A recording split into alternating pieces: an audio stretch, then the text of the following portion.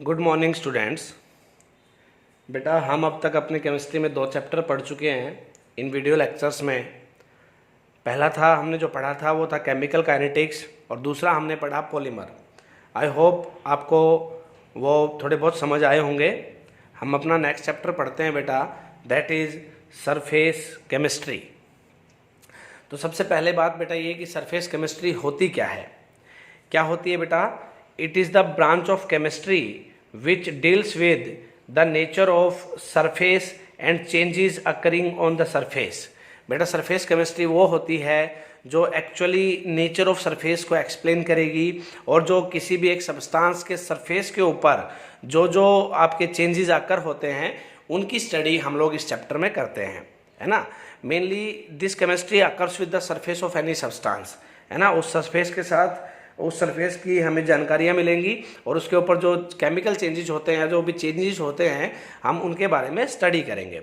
Important surface effects like adsorption के बारे में पढ़ेंगे बेटा। कैटालाइसिस जो हमने केमिकल काइनेटिक्स में पढ़ा था वो इस चैप्टर में भी आएगा, सेम रहेगा वो। तो important surface effects like adsorption, catalysis, colloids, emulsions, gels etcetera are discussed in this chapter. ये कुछ जो मैंने जिनके नाम लिए हैं ये कुछ सरफेस फिनोमिनाज हैं जो हम लोग इस चैप्टर में डिस्कस करेंगे।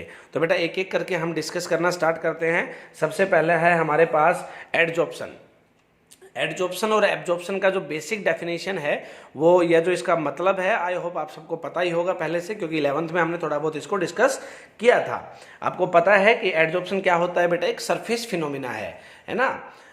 जैसे मैंने आपको एक एग्जांपल दिया था कि अगर मैं एक चौक को इंक में डिप करते ही बाहर निकाल लेता हूँ तो जो वो इंक है वो उस चौक के कहाँ लगेगी? सिर्फ सरफेसेस के ऊपर लगेगी। तो वो कौन सा प्रोसेस है बेटा? एडजॉर्प्शन है केमिस्ट्री की लैंग्वेज में। लेकिन अगर मैं उस चौक को इंक में काफ़ी टाइम के लिए डिप कर देता हूँ तो वो इंक उस चौक के बल्क तक, मतलब उसके अंदर तक चली जाएगी, और वो कौन सा फिनोमिना है? एब्जॉर्प्शन है। हम इस एक एग्जाम्पल से इन दोनों फिनोमिनाज को समझ सकते हैं। तो ये बेसिक था। अभी हम पढ़ते हैं एडजॉर्प्शन क्या होता है। The phenomena of attracting and retaining the molecules of a substance on the surface of a liquid or solid। किसी भी जो आपका सब्सटेंस होगा उसके मॉलिक्यूल्स को जो सरफेस पे रिटेन करने का जो फिनोमिना होता है, सरफेस पे अट्रैक्ट करने का जो फिनोमिना होता है, उसी को क्या बोलते हैं बेटा? एडजॉर्प्शन बोलते हैं। Resulting in the into higher concentration of the molecules on the surface is called adsorption। लेकिन अगर एडजॉर्प्शन का प्रोसेस होना है तो आप एक बात का ध्यान रखिए बेटा, अगर आपकी जो भी सब्सटेंस आपने ऐड किया है ना, अगर वो सब्सटेंस की जो कंसंट्रेशन है वो सरफेस के ऊपर ज़्यादा है और बल्क में कम है तो क्या बोला जाएगा? वो एडजॉर्प्शन बोला जाएगा। कुछ बच्चों के ये डाउट हो जाते हैं कि सर हम चौक को हल्का सा डिप करके बाहर निकाल लें लेकिन कुछ सेकंड्स के लिए उसको अगर इंक में रहने दें तो इंक हल्की सी बल्क में पहुंच जाती है, इतनी नहीं पहुंचती बट हल्की सी फेडेड इंक आपको वहाँ पे दिखाई देगी। तो वो कौन सा फिनोमिना है बेटा? वो भी एडजॉर्प्शन ही रहेगा। अगर आपकी बल्क में भी जो आपने ऐड किया है वो सब्सटेंस पहुँच चुका है तो आपको सरफेस के ऊपर और बल्क के ऊपर, जो आपका सरफेस है और जो उसके इनसाइड जो बल्क है, उन दोनों जगह पे कंसंट्रेशंस को कंपेयर करना है। अगर कंसंट्रेशन दोनों जगह सेम है तो वो एब्जॉर्प्शन होगा, लेकिन अगर सरफेस पे कंसंट्रेशन ज़्यादा है बेटा तो वो एडजॉर्प्शन होगा, है ना। आई होप आपको क्लियर हुआ होगा। अब बेटा बात ये है कि ये जो एडजॉर्प्शन है ना ये होता क्यों है ना बेटा। ये पढ़ते हैं क्यों होता है। Unbalanced force of attraction or free valencies which are present at the solid or liquid surface have the property to attract and retain the molecules of a gas or a dissolved substance onto their surface with which they come in contact। इसने क्या कहा बेटा? Liquid और solid के surface के ऊपर जो unbalanced force होते हैं उनके पास क्या प्रॉपर्टी होती है कि वो दूसरे सब्सटेंसेस को क्या करते हैं? अपनी साइड अट्रैक्ट करते हैं। उसी की वजह से क्या, कौन सा फिनोमिना होता है बेटा? एडजॉर्प्शन होता है। अब वो आपके दिमाग में आ रहे होंगे सर अनबैलेंस्ड फोर्स कौन से होते हैं। जैसे मैं आपको एक बेसिक से एग्जांपल देता हूँ। सपोज ये लिक्विड है, इस लिक्विड में जो बल्क में जो आपका बेटा मॉलिक्यूल होगा यहाँ पे, इस पे हर साइड से फोर्स लग रहा होगा कि नहीं लग रहा होगा? हर साइड से फोर्स लग रहा होगा बेटा। लेकिन जो मॉलिक्यूल सरफेस पे होगा उस पे सिर्फ कौन से फोर्स लग रहे होंगे बेटा? डाउनवर्ड फोर्स लग रहे होंगे। तो यहाँ पे जो सरफेस वाला मॉलिक्यूल है इसके फोर्स कैसे हैं, अनबैलेंस्ड है। बल्क वाले के फोर्स कैसे हैं, बैलेंस्ड है। तो ये जो अनबैलेंस्ड जो फोर्स है ना, ये अट्रैक्ट करता है दूसरे मॉलिक्यूल्स को, बाहर वाले मॉलिक्यूल्स को, जिसकी वजह से क्या होता है, आपका एडजॉर्प्शन होता है ना। तो आपको ये क्लियर होना चाहिए एडजॉर्प्शन होता क्या है। सबसे पहले आपको सरफेस केमिस्ट्री का मतलब क्लियर होना चाहिए, फिर आपको ये क्लियर होना चाहिए बेटा एडजॉर्प्शन क्या होता है, और फिर आपको ये पता होना चाहिए कि एडजॉर्प्शन क्यों होता है ना। आगे बढ़ते हैं बेटा। जैसे हमने यहाँ पे एक एग्जाम्पल लिखा है कि NH3 gas placed in contact with charcoal gets adsorbed on the charcoal. जैसे अगर जो आपकी NH3 गैस है बेटा, अमोनिया जो गैस है अगर उसको मैं चारकोल के साथ रिएक्ट कराता हूँ, चारकोल क्या होता है, जिसका सरफेस कैसा होता है, हल्का सा पोरस होता है। अब वो क्या करेगी बेटा, अमोनिया गैस वो इन पोर्स के अंदर फंस जाएगी, है ना। उसी को हम लोग क्या बोलेंगे, एडजॉर्प्शन बोलेंगे। उसके बाद है बेटा थर्मोडाइनेमिक फिजिबिलिटी ऑफ एडजॉर्प्शन। मतलब थर्मोडाइनेमिकली हम लोग इसको कैसे स्टडी करेंगे, कैसे प्रोसीड होती है थर्मोडाइनेमिकली, वो बता रहा हूँ। पहला है हमारे पास एंथैल्पी ऑफ एडजॉर्प्शन की स्टडी करेंगे। एंथैल्पी ऑफ एडजॉर्प्शन मींस बेटा डेल्टा H। तो बेटा it is the heat change. आपको पता है एंथैल्पी कितने के लिए पढ़ते हैं हम लोग, 1 मोल के लिए पढ़ते हैं, तो यहाँ पे भी 1 मोल का जिक्र मिलना चाहिए। तो बेटा क्या हुआ, it is the heat change taking place when 1 mole of an adsorbate is adsorbed on the surface of an adsorbent. बेटा यहाँ पे दोनों इनाम आए, one is adsorbate and another is adsorbent. तो मैं आपको एक बात बता दूं, ये पहले तो इसी में आगे मैंने इनका डेफिनेशन लिखा हुआ है इसी लेक्चर में, बट एडजॉर्बेट क्या होता है, जो किसी भी सब्सटेंस के सरफेस के ऊपर आके एडजॉर्ब होता है उसको तो बोलते हैं एडजॉर्बेट, और जिसके सरफेस के ऊपर वो एडजॉर्ब होता है उसको बोलते हैं एडजॉर्बेंट। जैसे मैं आपको एक बेसिकली रिलेट करके देखते हैं इनको। सॉल्यूशन में आपने पढ़ा होगा बेटा सोल्यूट और सॉल्वेंट्स के बारे में। तो जिसको घोला जाता है वो तो होता है सोल्यूट, और जिसमें घोला जाता है वो होता है सॉल्वेंट। तो जिसके सरफेस के ऊपर एडजॉर्प्शन होगा वो होगा एडजॉर्बेंट। रिदम दोनों की सेम सी है, देखो सोल्वेंट एंड एडजॉर्बेंट, है ना। तो जिसके सरफेस पे प्रोसेस होगा वो एडजॉर्बेंट, और सॉल्यूशंस की अगर मैं बात करूं तो जिसमें घोला जाए वो सॉल्वेंट।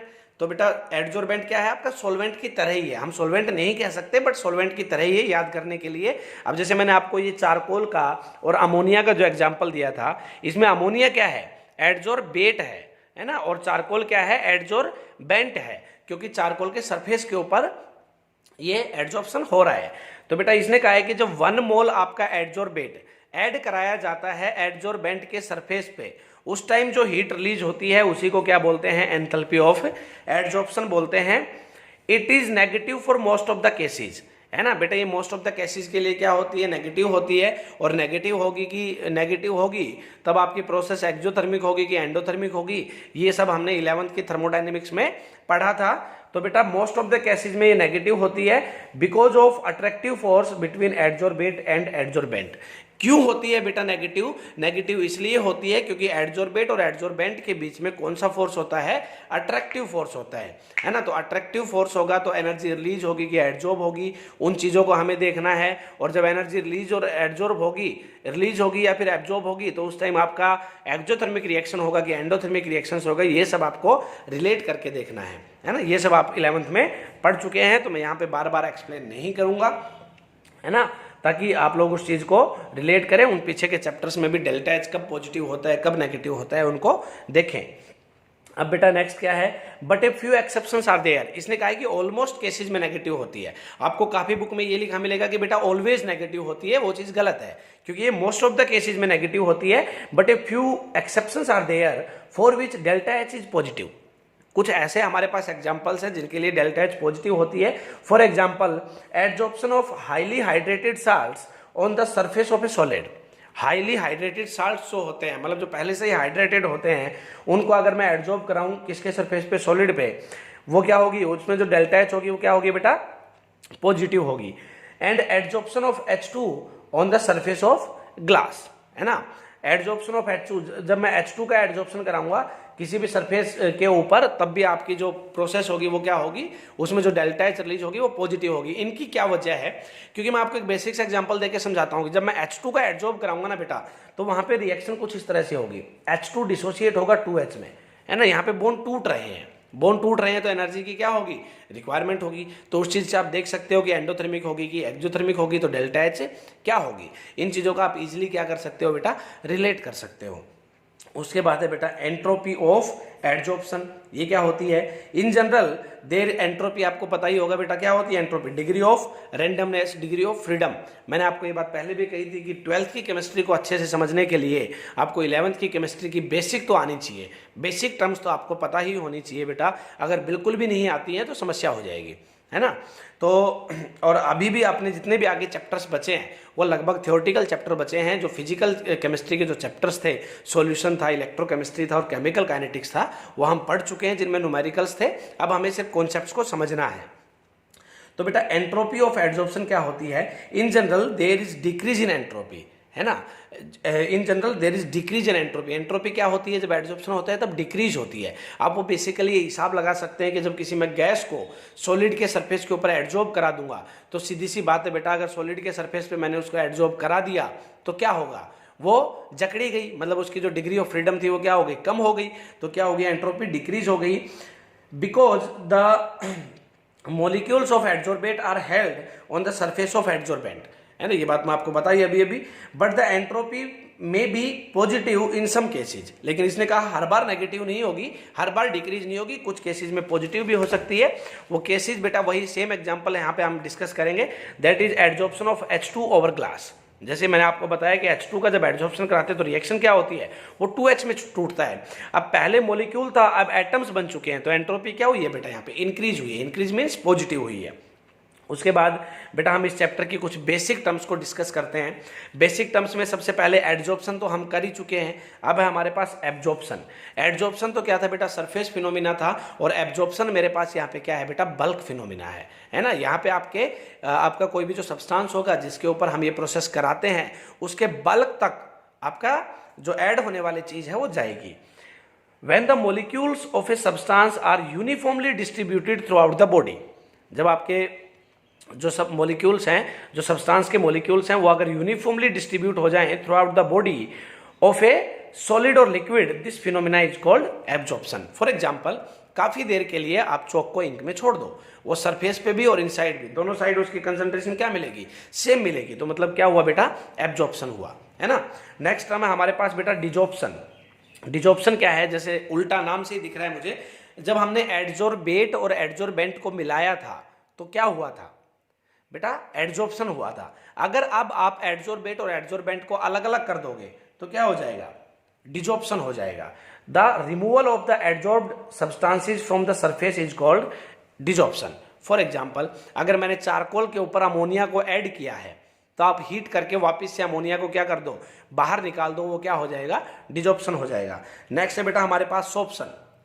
ना आगे डी लगाया ना हमने आगे एडी लगाया, सिर्फ लिखा है सोप्शन। ये क्या होता है बेटा, वो फिनोमिना है जिसमें पहले आपका एडजॉर्प्शन हो और फिर उसी में क्या हो, एब्जॉर्प्शन, दोनों एक साथ हो। जैसे अगर मैं वही फिर बेसिक सा कॉमन सा एग्जांपल लूंगा, चौक को अगर इंक में डिप कर दे तो पहले क्या होता है, एडजॉर्प्शन होता है, सरफेस पे ऐड होंगी। लेकिन अगर उसको मैं काफी देर के लिए रहने दूं तो क्या होगा, एब्जॉर्प्शन होगा। दोनों फिनोमिना एक साथ हुए। The phenomena in which adsorption and absorption occurs simultaneously is called sorption. उसी को हम लोग क्या बोलते हैं बेटा, सॉप्शन बोलते हैं। नेक्स्ट है बेटा हमारे पास अकल्सन, है ना। अकल्सन में बेटा हम लोग क्या पढ़ेंगे, when adsorption of gases occurs on the surface of metals, this is called occlusion. अब बेटा यहाँ पे मैं आपको एक बात बता दूं, ये एक स्पेशल नाम बनाया गया है। जैसे क्वांटा और फोटोन में हम लोग डिफ्रेंशिएट करते हैं। क्वांटा क्या होते हैं, पैकेट ऑफ एनर्जी होते हैं, फोटोन भी क्या होते हैं, पैकेट ऑफ एनर्जी होते हैं। लेकिन जब स्पेशल जिक्र लाइट एनर्जी का हो तो हम लोग क्वांटा को ही क्या बोलते हैं, फोटोन बोलते हैं। वैसे ही बेटा एडजॉर्प्शन क्या है, जब एडजॉर्प्शन किसी भी गैस का मैं मेटल के सरफेस पे कराऊंगा तो उसी को हम लोग क्या बोलेंगे, अकल्सन बोलेंगे। अब अगर मैं उसी एडजॉर्प्शन को चारकोल के ऊपर कराता हूं, किसी गैस को चारकोल पे ऐड करता हूं, तो हम लोग उसको नॉर्मली एडजॉर्प्शन ही बोलेंगे। लेकिन अगर मेटल सरफेस है तो हम क्या बोलेंगे बेटा, अकल्सन बोलेंगे। उसके बाद बेटा हमारे पास नेक्स्ट टर्म्स हैं, एडजॉर्बेट क्या होता है और एडजॉर्बेंट क्या होता है। मैं ये दोनों आपको समझा चुका हूं बेटा। एडजॉर्बेट क्या होता है, जिसको ऐड किया जाता है, जिस सब्सटेंस को ऐड किया जाता है, और एडजॉर्बेंट क्या होता है, जिसके सरफेस के ऊपर ऐड किया जाता है। तो आप इनका डेफिनेशन यहाँ देख सकते हैं, the substance which gets adsorbed on any surface is called adsorbate. For example, if a gas gets adsorbed on the surface of a solid, then the gas is termed as adsorbate. और solid क्या होगा? Adsorbent. Adsorbent का definition देख लो बेटा. The substance on the surface of which adsorption takes place is called adsorbent. है ना बेटा? तो यहाँ पे आपको एडजोर्बेट और एडजोर्बेंट दोनों का मतलब क्लियर हुआ. नेक्स्ट हम पढ़ते हैं बेटा इंटरफेस. इंटरफेस क्या होता है? जो आपके एडजोर्बेट और एडजोर्बेंट को जो सरफेस सेपरेट करता है, जो सरफेस आपका एडजोर्बेट और एडजोर्बेंट दोनों को सेपरेट करता है, उसी को क्या बोलते हैं बेटा? इंटरफेस बोलते हैं. Any surface is a plane which separates any two faces in contact with each other. The plane which separates any two faces is generally called an interface between the two faces. वही बात, बस वही बात है मैंने पहले हिंदी में बता दी, इसने अंग्रेजी में बताई है. इतना डिफरेंस है बेटा कि आपका जो दो सरफेसेस को एडजोर्बेट और एडजोर्बेंट के सरफेसेस को जो सेपरेट करता है, उसी को हम लोग क्या बोलते हैं बेटा? इंटरफेस बोलते हैं. उसके बाद बेटा एडजॉर्प्शन और एब्जॉर्प्शन में हम लोग डिफरेंस देखते हैं. 3-4 डिफरेंस मैंने यहाँ पे डिस्कस किए हैं. डिफरेंस देखते हैं बेटा, जो कि बोर्ड में कई बार इनमें डिफरेंस पूछा जा चुका है. एडजॉर्प्शन क्या है बेटा? सरफेस फिनोमिना है.